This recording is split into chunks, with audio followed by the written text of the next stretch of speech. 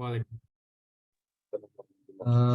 Pertama-tama mari kita panjatkan puja serta rasa syukur kita terhadap Allah Subhanahu wa taala karena telah memberikan kita nikmat iman, Islam dan juga kesehatan sehingga kita bisa berkumpul di acara kajian online ini dalam rangka menyambut Hari Raya Idul Adha 1444 Hijriah. Tidak lupa juga salawat serta salam kita panjatkan kepada baginda besar Nabi Muhammad SAW karena sudah menuntun kita ke zaman yang terang benderang saat ini. Tak lupa juga saya ucapkan kepada teman-teman Isefit semua yang sudah bersedia meluangkan waktunya untuk hadir di kajian internal ini. Kemudian saya sebagai moderator akan membacakan susunan acara pada malam hari ini. Yang pertama ialah pembukaan. Selanjutnya ada sambutan dari teman kita, yaitu dari koordinator dari divisi A, Muhammad Ilham Nofri. Kemudian dilanjut dengan pemaparan materi oleh Ustadz Abdul Latif Ar-Ridho. Selanjutnya kemudian dilanjutkan dengan sesi tanya jawab, dan yang terakhir ialah penutup sekaligus dengan doa. Untuk acara pertama yaitu pembukaan, mari kita buka acara kajian online malam hari ini dengan membaca basmalah bersama-sama.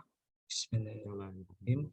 Dengan harapan kajian online di malam hari ini berjalan sesuai dengan apa yang kita rancang. Mungkin untuk acara selanjutnya ialah sambutan dari teman kita selaku koordinator divisi IPOT, Muhammad Ilham Nofri. Waktu dan tempat saya persilahkan. Bismillah. Assalamualaikum warahmatullahi wabarakatuh. Waalaikumsalam warahmatullahi wabarakatuh. Bismillah, alhamdulillah, wassalatu wassalamu ala rasulillah wa ala alihi wa ashabihi amma ba'd. Puja dan puji syukur pada Allah Subhanahu wa taala yang telah masih memberikan kita nikmat sehat, nikmat iman, dan terutama nikmat ilmu pengetahuan hingga sampai saat ini. Sedikit sepatah dua kalimat dari saya sendiri untuk acara ini ialah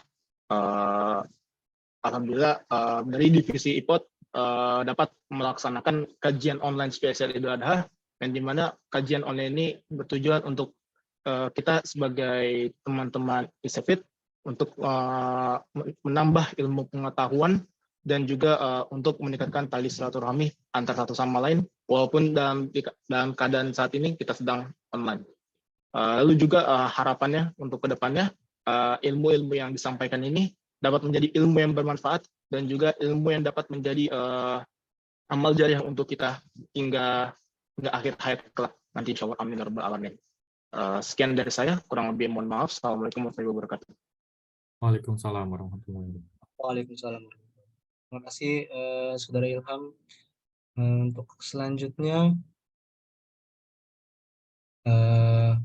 dilanjutkan dengan pemaparan materi oleh Ustadz Abdul Latif Ar-Ridho. Waktu dan tempat saya persilakan. Baik, terima kasih Akhi dan Pak MC. Kawan-kawan sekalian, Pak Ketua, Banjar, Bang Rizky, Brother Ilham, dan kawan-kawan semua yang hadir yang tidak saya sebut satu persatu di sini. Assalamualaikum warahmatullahi wabarakatuh. Waalaikumsalam warahmatullahi wabarakatuh. Mohon maaf karena saya menggunakan HP, tadi coba nyambung ke laptop, wifi-nya tidak bagus ya. Okay. Alhamdulillah, wassalatu wassalamu ala rasulillah, alhamdulillahilladzi hadana li hadza wa ma kunna nahtadiya laula an hadallah. Asyhadu an la ilaha illallah wahdahu la syarika lah wa asyhadu anna Muhammadan abduhu wa rasuluh. Allahumma shalli wa sallim wa barik wa an'im ala nabiyyina Muhammad wa ala alihi wa ashabihi ajma'in. Allahumma la sahla illa ma ja'altahu sahlan anta taj'alul husna idza syi'ta sahlan. Allahumma faqihna fid din wa 'allimna ta'wil. Allahumma arzuqna al-ikhlas fil qawli wal 'amal waj'al ma naqulu bi khalisin wajhikal karim ya rabbal alamin. Baiklah kawan-kawan semuanya, senang sekali bisa bertemu kembali dengan kawan-kawan dari Isefit ya. Mudah-mudahan pertemuan kita pada malam hari ini adalah pertemuan yang diberkahi oleh Allah. Kita dapat merojah kembali apa saja yang wajib kita ketahui sebagai seorang muslim dalam rangka penghambaan kepada Allah Subhanahu wa taala. Baiklah kawan-kawan, tadi saya mau menampilkan slide, tapi karena terhalang gini, jadi saya akan sampaikan tulisan saja insyaallah ta'ala. Insyaallah saya akan menyampaikan mohon izin tentang haji dan Idul Adha. Haji dan Idul Adha karena Dzulhijjah bulan ini adalah salah satu bulan mulia. Di surah Al-Fajr, ya, wal fajr wal layalin ashar, ya, demi fajar dan malam yang 10. Yang 10 itu adalah sebagian ulama mentafsirkan, ada yang mentafsirkan 10 hari terakhir di bulan Ramadan. Ada juga yang mentafsirkan adalah 10 hari pertama daripada bulan Dzulhijjah, yaitu malam kita sekarang ini. Termasuk kita ini adalah menurut kalau kita mengikut kepada hisabnya penanggalannya yang dipakai oleh Malaysia, kita masuk pada malam 10. Sudah berlalu 9 malam mulia di antara setahun, malam dalam setahun. Nah, malam ini adalah malam yang termasuk malam yang besar ya, malam Idul Adha, di mana harinya adalah hari Arafah, siangnya ada wukuf di Arafah, yang mana Allah Subhanahu wa taala bersaksi ke hadapan para malaikat terhadap hamba-hambanya yang melaksanakan haji, bahwasanya Allah memberikan ampunan kepada mereka yang hadir dengan ikhlas, dengan merendahkan, menghinakan diri di hadapan Allah Subhanahu wa taala. Maka berkaitan dengan waktu itu, waktu atau zaman saat-saat ini, meskipun kita tidak bisa melaksanakan haji secara zahir ya, secara badan kita tidak bisa ke sana, dan tapi ada juga ibadah haji yang bisa kita lakukan secara batin, yaitu kita mengambil pelajaran-pelajarannya, hikmah-hikmahnya yang bisa kita jadikan pelajaran dalam hidup. Ya, pertama kita harus mengetahui kawan-kawan semuanya bahwasanya ibadah haji adalah kewajiban pada kaum muslimin bagi yang mampu. Kata Allah Subhanahu wa taala dalam Al-Qur'an, "Walillahi 'alan nasi hajjul baiti man istata'a ilaihi sabila." Dan bagi Allah lah melaksanakan ibadah haji terhadap seluruh manusia bagi siapa yang mampu. Allah Subhanahu wa taala ya, ketika mengatakan bagi siapa yang mampu kepada kita, bukanlah berarti itu adalah kalau tidak mampu ya sudah, kita tidak perlu mengusahakan diri untuk mampu. Karena pada dasarnya manusia tidak ada dilahirkan langsung mampu. Ya, lahir kita dalam keadaan lemah, ya, tidak punya apa-apa, lalu dibantu oleh karunia Allah Subhanahu wa taala, melalui pertolongan hamba-hambanya yang lain, terutama dari orang tua kita, kemudian kita tumbuh dibantu oleh guru-guru kita, lalu kita mencari ilmu, bekerja, datanglah rezeki Allah melalui sarana-sarana itu. Ketika Allah mengatakan bagi yang mampu, itu bukan berarti kita lantas ketika tidak mampu tidak mengusahakan diri, nah, dan tapi ketika kita tidak mampu, ya, kita tahu diri sehingga kita melaksanakan upaya ya agar kita sampai kepada titik kemampuan itu. Seperti Allah Subhanahu wa taala mewajibkan zakat kepada manusia. Bahwasanya zakat ini wajib hukumnya bagi kaum muslimin ketika sudah sampai nisabnya. Ketika orang nggak punya uang sampai nisab, harta yang mencapai nisab, kemudian dia tidak, Allah bebankan bagi dia zakat. Akan tapi muslim yang aktif, ya, muslim yang mengerti, paham ini adalah perintah Allah. Nah, dia ketika dia tidak mampu, tidak lantas dia berdiam diri. Enggak, dia mengupayakan diri, dia memperkaya diri supaya dia dapat melaksanakan perintah Allah menunaikan zakat. Nah, kalaulah ibadah sholat itu ibadah badan saja, zakat itu adalah ibadah harta, maka haji adalah ibadah badan dan ibadah harta. Jadi badan kita berupaya ya, bergerak, harta kita juga keluar dalam ibadah haji itu. Ya, kawan-kawan sekalian, saat ini mungkin kita kalau mendaftar haji lama untuk sampai dapat panggilannya, dan ada beberapa antrian itu ya, kayak di Malaysia ini hampir-hampir seakan tidak mungkin untuk mendapatkan giliran ketika mendaftar antrian, lalu dirasa tidak mungkin. Nah, dalam keadaan seperti itu kita tidak boleh lantas menafikan atau menghentikan usaha kita. Paling enggak dengan usaha kita sekecil apapun, walaupun kita tahu tidak akan membuahkan hasil, kita memiliki hujah di hadapan Allah bahwasanya kita tidak ada niat untuk meninggalkan apa yang Allah perintahkan. Keluarga sekalian, ya, ketika seseorang melaksanakan haji, ya, ada beberapa tahapan yang sebenarnya menjadi perjalanan ketika orang mengambil pelajaran dari haji itu. Dan para ulama di Minhajul Qasidin, Ibnu Qudamah, ya, menjelaskan kepada kita ada adab-adab yang mesti kita lakukan sebelum menunaikan ibadah haji. Yang pertama adalah ibadah haji ini kita melaksanakan pertaubatan kepada Allah Subhanahu wa taala. Hendaklah seorang hamba kita semuanya, ya, mengembalikan diri kita kepada Allah Subhanahu wa taala. Sudah jauh diri berjalan, jauh badan kita dari melaksanakan perintah-perintah Allah. Nah, hendaklah sebelum itu kita bertobat. Nah, kita yang tidak melaksanakan ibadah haji tahun ini, taubat ini adalah tetap harus kita lakukan. Kita minta ampun kepada Allah Subhanahu wa taala, ya. Sehingga kita kembalikan lahir dan batin kita kepada apa yang Allah kehendaki dari diri kita.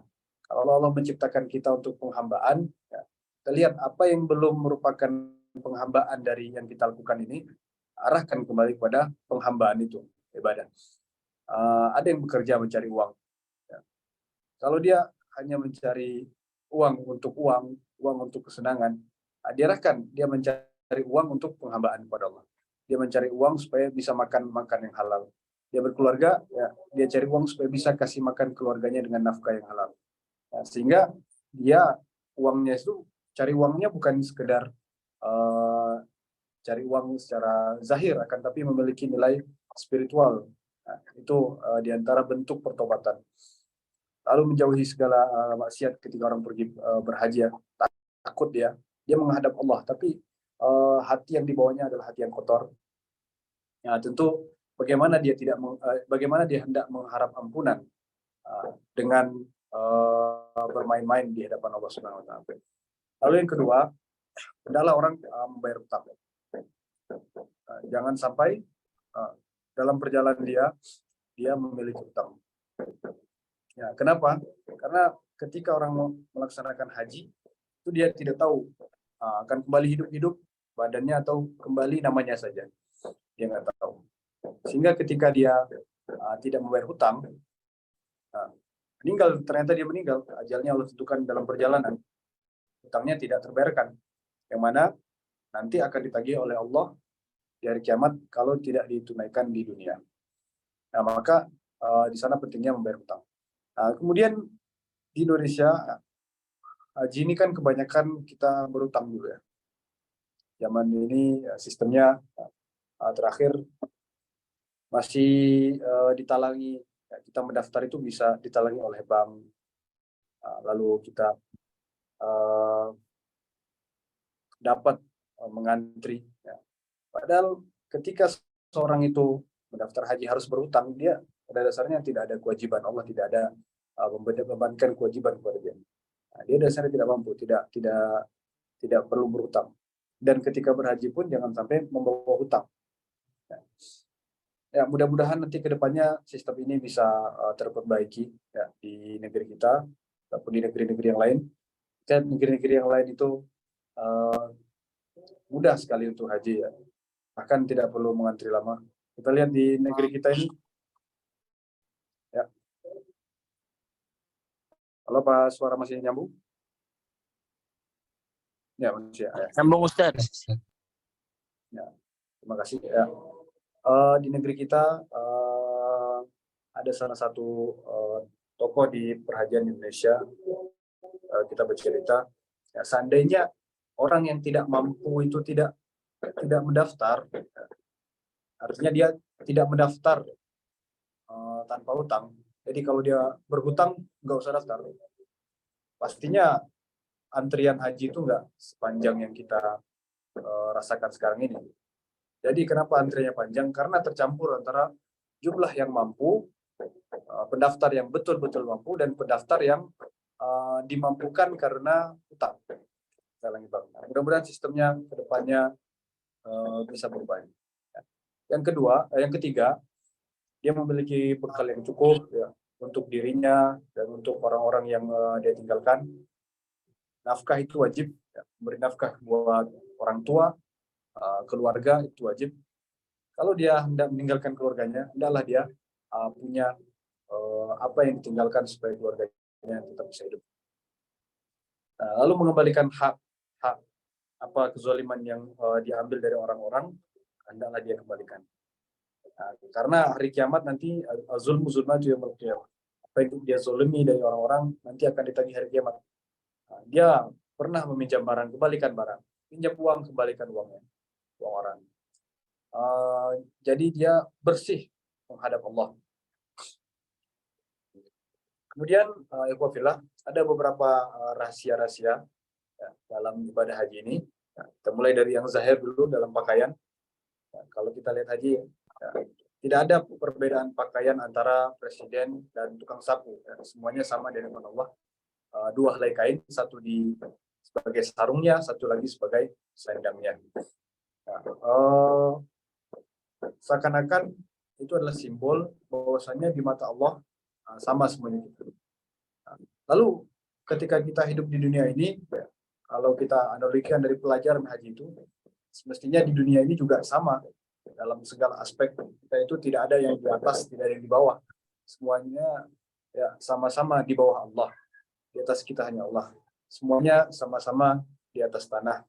Kan tapi karena kesombongan manusia, ya, dan karena perasaan rendah diri ya, yang tidak baik, negatif ya, rendah diri yang negatif, sehingga memandang orang yang tinggi itu kita merasa rendah, ya.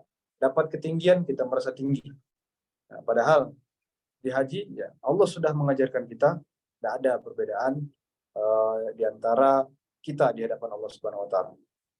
Allah mengatakan di ayat lain, Inna akramakum indallahi atqakum.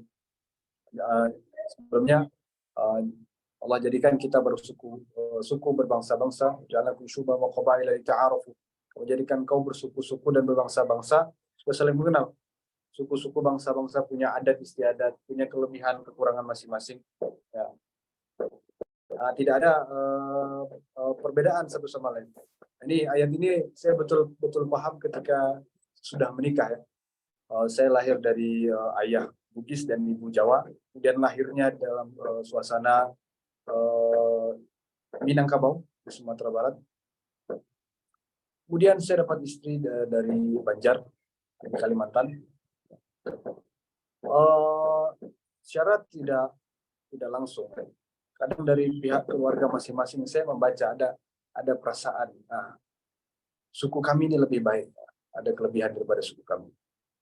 Ada kelebihan dari suku orang pihak lain, ada mengatakan suku kami juga punya kelebihan-kelebihan.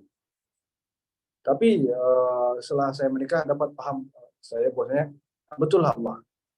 Ada kelebihan tapi banyak juga kekurangan. Ya. Orang Bugis ya, mungkin punya keberanian dalam mengarungi lautan, tapi punya juga beberapa kelemahan-kelemahan. Ya. Orang Jawa ya, kuat bekerja, tapi ada juga kelemahan-kelemahan. Ya. Orang Banjar ya, saya temukan ada kelebihan tapi ada juga kekurangan. Lalu di balik kelebihan kekurangan itu, ya betul lah. Yang Allah nilai itu ketakwaan kita. Mau kita di atas, mau kita di bawah, mau kita posisi tinggi, ya. Mau kita menjadi ketua, mau kita jadi anggota, Allah nilai ketakwaan kita. Maka dalam berhaji, ya, dalam pakaian yang sama, itu semua akan menjadi sia-sia kalau masih kita bawa kesombongan di hadapan Allah. Kalau kesombongan berarti kan tidak bertakwa. Membawa rasa saya baik, saya hebat, saya amazing ya. Di hadapan Allah membawa gitu. Hangus sirna nilai ketakwaannya sehingga hajinya menjadi sia-sia. Habis tenaga dia, habis uang dia, mengeluarkan biaya perjalanan. akan tapi tidak ada nilainya di hadapan Allah. Walhamdulillah. Bahkan di kendaraan, ya, dalam hal kendaraan, dulu ada orang bersafar kalau di unta itu pakai haudaj istilahnya. Haudaj itu seperti ada tenda di atas punggung unta, ya. Tenda di atas punggung unta. Itu tidak disukai oleh para ulama, ya. Karena seakan-akan itu membawa kesombongan, ya. Kecuali dengan uzur, misalkan dia perempuan yang muda, parasnya menarik, yang kalau dia nampak di hadapan orang-orang akan menimbulkan fitnah, akan menimbulkan ya, orang pergi haji menghadap Allah tapi lalu melihat perempuan cantik, ya, akan terganggu ibadahnya, khusyuknya akan terganggu. Maka boleh perempuan seperti itu dalam haudaj. Bahkan Ibunda Aisyah ketika haji, ya, yang mana nutup muka itu kan nggak boleh, tapi Ibunda Aisyah menutup wajahnya, ya, agar tidak dilihat, karena agar menghindari fitnah. Orang pun menggunakan haudaj, itu tidak disukai oleh para ulama. Kalau kita bandingkan dengan zaman ini, ya jauh sekali, ya. Kita pergi haji naik pesawat, bisnya yang bagus, pengennya pelayanan yang VIP, ya. Kita supaya merasakan itu. Seandainya dia merasakan melewati itu tanpa perasaan aku, ya, menerima dengan kesyukuran, ya, misalkan undangan raja, ya, tiap tahun kan ada undangan raja Salman, ya, tiap tahun Raja Saudi itu ada beberapa kuota buat orang Indonesia, nggak sampai 100 orang, itu ada undangan khusus.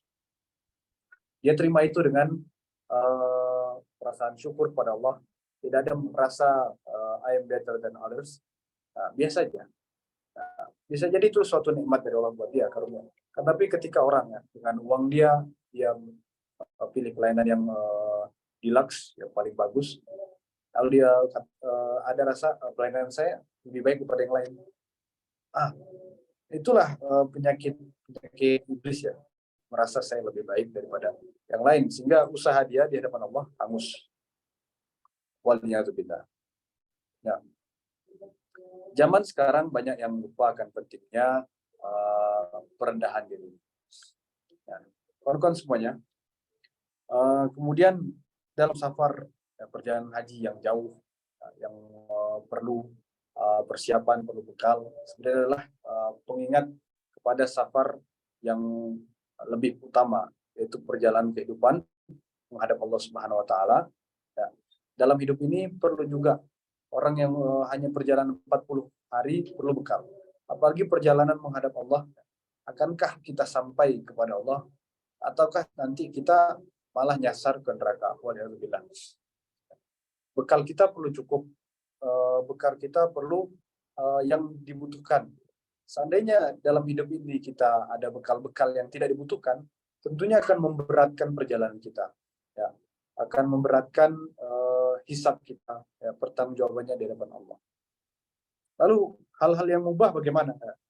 Duit kan mubah, ya, duit banyak boleh, kaya boleh, punya mobil bagus, ya boleh, rumah bagus, tidak apa-apa. Ya, tapi terus gimana biar tidak menjadikan beban buat perjalanan kita? Ya, tentu kita arahkan semuanya untuk penghambaan kepada Allah, dengan bentuknya masing-masing. Ya, dengan bentuknya masing-masing. Maksudnya gimana? Ya, yang mencari rezeki Allah yang banyak, ya, arahkan rezeki itu pada penghambaan kepada Allah. Dia keluarkan, dia infakkan untuk membantu agama Allah, untuk membantu orang-orang miskin, ya. Yang sampai di tangga dia ada orang yang lupa susah makan malam pada hari itu, ya. Atau ada tetangga yang anaknya susah sekolah, ya. Sia-sia harta itu kalau dikumpulkan lalu dia meninggal, dia tidak bisa menikmati. Ya. Dia bisa menikmati hartanya setelah mati, ya, kalau dia tabung dengan cara yang Allah suruh itu, dia akan melihat kembali hartanya yang berlipat-lipat ganda di akhirat nanti. Ya. Lalu ikhwafillah yang dirahmati Allah Subhanahu Wa Taala, puncak dari haji itu adalah wukuf, yang mana orang berkumpul di Medan Arafah. Nanti kita melihat bermacam ragam bentuk manusia, rupa manusia, sifatnya bermacam-macam pula. nanti ada yang berdoa sambil berteriak-teriak, ya. Ada yang berdoa dengan merendahkan diri. Ya. Nanti itu adalah sebenarnya gambaran bagaimana kita di hari kiamat. Ya. Seramai-ramainya keadaan kita pada saat itu, ya. Sepanik, ya. Crowded ya kita zaman itu. Nanti hari kiamat lebih-lebih daripada itu. Maka kalau kita ingat kondisi pada saat wukuf itu mengarahkan kita untuk ingat, ya, untuk lebih khawatir lagi akan kondisi kita pada hari kiamat nanti, di mana setiap orang akan mencari nabi-nabi mereka. Ya. Umatnya Nabi Nuh akan mencari Nabi Nuh, umatnya Nabi Isa akan mencari Nabi Isa, umatnya Nabi Muhammad akan mencari Nabi Muhammad. Tapi semuanya nanti akan dirahkan kepada Nabi Muhammad SAW. Ya, berharap adanya pertolongan. Ya. Ya, sebenarnya itu adalah pengingat buat kita. Kalau kita melihat di Medan Arafah, Padang Arafah itu tidak ada bangunan mewah, semuanya padang terhampar, cuma ada tenda-tenda buat berteduh aja. Sekarang enak sudah dikasih AC ya. Ya. Itu kenapa tidak ada bangunan apa-apa? Tapi Allah nyuruh kita ke situ. Ya. Ini menunjukkan bahwasanya Islam, keimanan kita itu adalah bangunan spiritual. Ya. Jadi kita lihat peradaban, bekas-bekas peradaban Islam di Baghdad dihancurkan, bekas-bekas peradaban Islam di Syria dihancurkan. Sekarang terbaru di Mesir, bekas-bekas kerajaan Daulah Mamalik, ya, Mamluk di Mesir, itu di Kairo dihancurkan. Ya, bangunan bisa dibangun, bisa hancur. Akan tapi keimanan yang sifatnya spiritual itu tidak terikat pada yang fisikal seperti itu. Makanya kita kalau di Arafah, musuh-musuh umat Islam itu bingung apa yang mau dihancurkan, apa yang mau dibom. Mau dibom nggak ada apa-apa. Karena bangunannya bukan bangunan fisikal, bangunan spiritual. Nah, sehingga mau ada bangunan, ya, ada materi atau tidak ada materi, umat Islam keimanannya tetap tinggi. Saat ini umat Islam kondisinya lagi di bawah, imannya tetap kokoh, nggak bisa dicabut. Ya. Kemudian terakhir, wafilah, demikian tentang perhajian, ya, pelajaran-pelajaran yang kita ambil dari haji. Dan terakhir adalah tentang Idul Adha. Hari ini di Mekah sudah Idul Adha. Hari esok kita di sini baru Idul Adha. Ya. Adha dari kata udhiyah artinya menyembelih, berkorban. Ya, kita di hadis Nabi SAW, ma min amalin amila bihi ibnu Adam, ya, di hadzal yaum illa ahabbu ila Allah min iraqid dam. Nah, tidak ada amalan yang Allah cintai pada hari ini dari Bani Adam kecuali mencucurkan darah. Maksud mencucurkan darah ini adalah menyembelih, ya. Jadi darah itu ditumpahkan, darah dari hewan kurban, dari hewan ternak. Kuda bukan termasuk hewan ternak. Ini kambing, sapi, unta, domba. Nah, hanya itu saja. Nah, ketika Allah Subhanahu Wa Taala, ya, Nabi mengabarkan bahwasanya Allah suka amalan itu pada hari Idul Adha. Karena itu isyarat sebenarnya, nah, kita membunuh sifat-sifat kebinatangan kita, lalu mempersembahkan, ya, harta yang kita keluarkan dari membeli, menukar hewan itu, ya, untuk Allah Subhanahu Wa Taala. Apakah Allah butuh dagingnya? Kalau orang-orang yang tidak beriman, ya, dia menyembelih hewan, lalu hewannya itu dikasih kepada apa yang dia puja. Dia kirim ke gunung, dia kirim ke laut, ya, dia kirim ke sungai. Allah Subhanahu Wa Taala tidak butuh pada daging-daging itu. Enggak, Allah hanya mau melihat apa yang kita lakukan. Dagingnya Allah nggak butuh. Dagingnya malah Allah suruh kita makan sepertiganya, kita bagikan sepertiga yang lain pada fakir miskin, sepertiga lain kepada kelompok yang lain. Ya.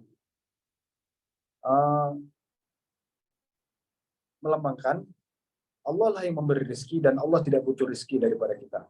Allah hanya ingin melihat bagaimana kita mengarahkan rezeki yang Allah berikan itu sesuai dengan perintah Allah. Itulah makna dari Idul Adha, kembali berkurban. Nabi SAW dalam suatu hadis riwayat pernah menyembelih 100 kambing ya.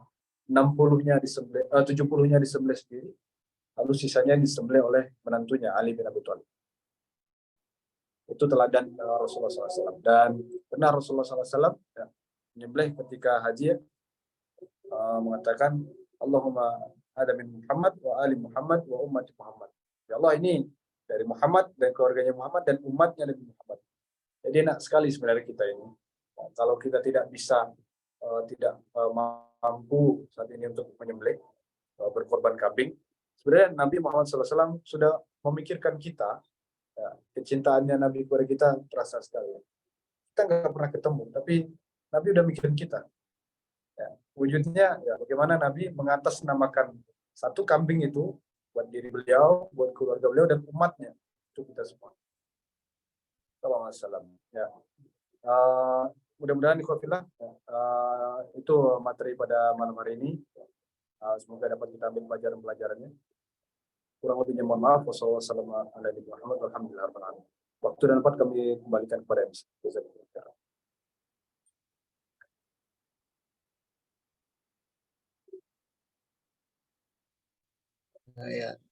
Terima kasih Ustaz Abdul Latif atas pemaparan materinya. Mungkin sedikit ringkasan dari materi yang dipaparkan oleh Ustaz Abdul Latif tadi. Di bulan Zulhijjah ini sangatlah penting bagi kita umat Islam dalam beribadah, terutama untuk haji.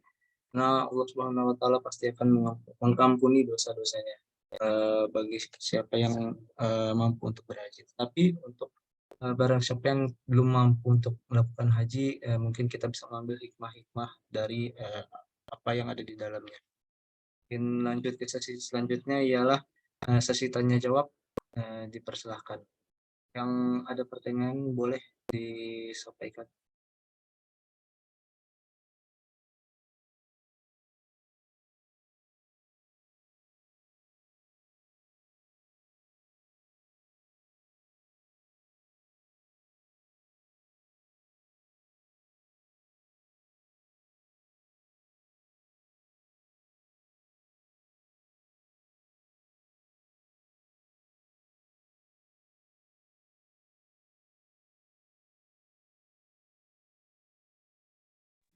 Assalamualaikum Ustaz.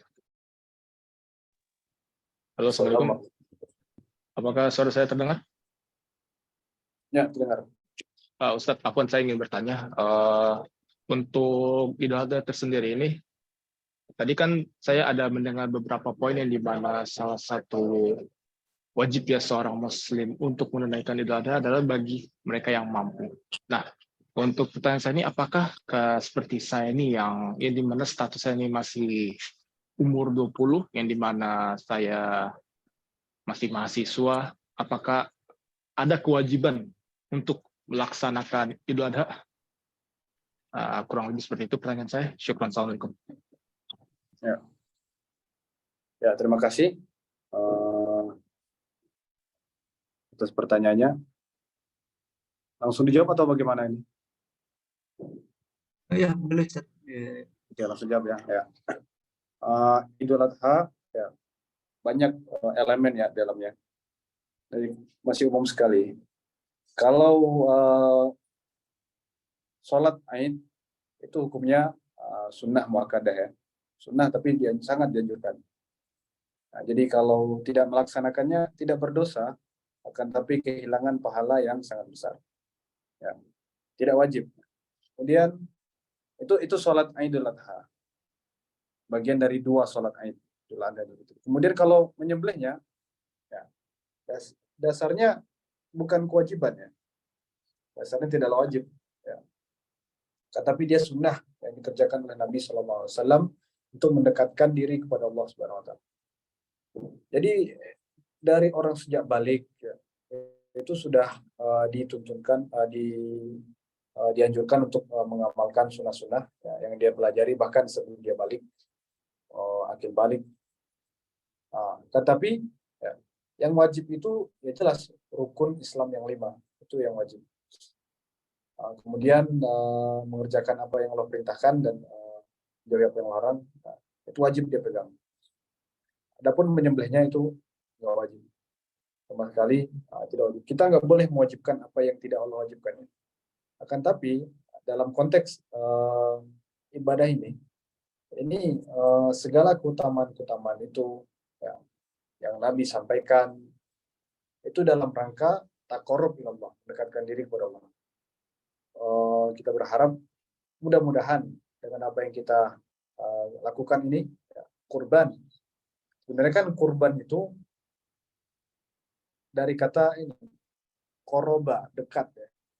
Kurban, artinya mendekatkan diri kepada Allah. Jadi yang menyembelih itu sebenarnya dia dalam rangka mendekatkan diri kepada Allah. Udhiyah yang didasarkan pada Idul Adha. Nah, itu adalah wujud kurbannya, penyembelihannya, wujud pendekatannya kepada Allah dalam melaksanakan kurban. Jadi bagi orang-orang kaya, bagi yang mampu, itu sangat dianjurkan. Bagi yang tidak mampu, maka dia akan menerima dengan kurban. Nah, jadi agama itu mudah ya. Yang wajib ya jelas, yang 5 rukun Islam. Kemudian yang lain itu sunnah. Tapi ada fadilah-fadilah yang harus dimengerti ya. Kayak orang mahasiswa, yang utama bagi dia bukan cari uang ya, cari ilmu ya. Tapi sudah masuk masa kerja ya, dia harus cari nafkah ya. Dia punya keluarga, dia harus cari nafkah, dan sampai dia menikah, punya istri, punya anak, lalu dia seluruh waktunya habis cari ilmu, habis cari menghadiri pengajian, tapi keluarganya ditelantarkan, enggak.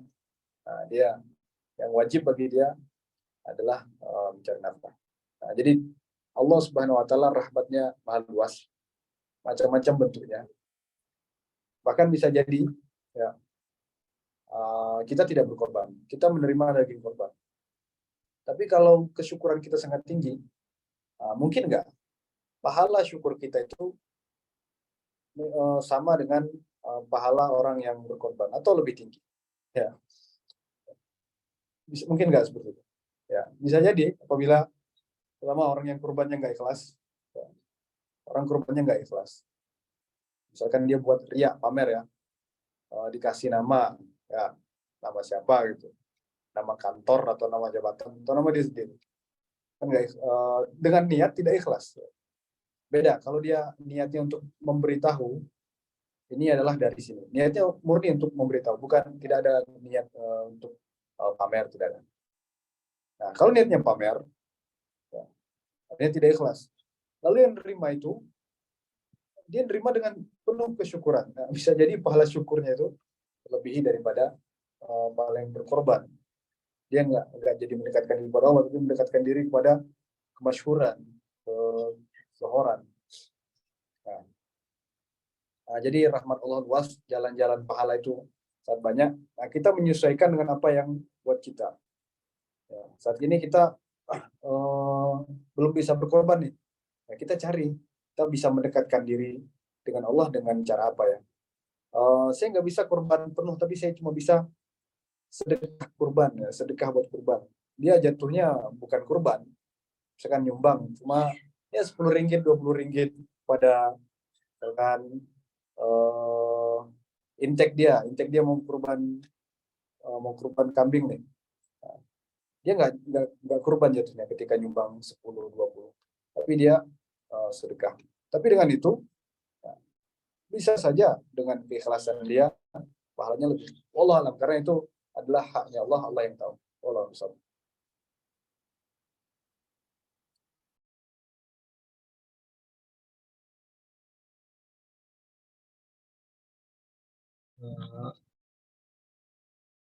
Baik, mungkin ada lagi yang ingin ditanyakan. Jika memang sudah cukup, mungkin kita bisa lanjut ke acara selanjutnya.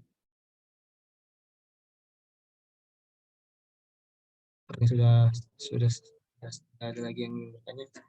Untuk acara selanjutnya ialah penutupan beserta pembacaan doa yang akan dibacakan oleh Ustadz Abdul Latif Ridho.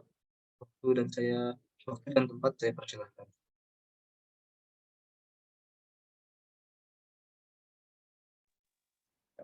Baik, kita beristighfar tiga kali. Astagfirullahaladzim, astagfirullahaladzim.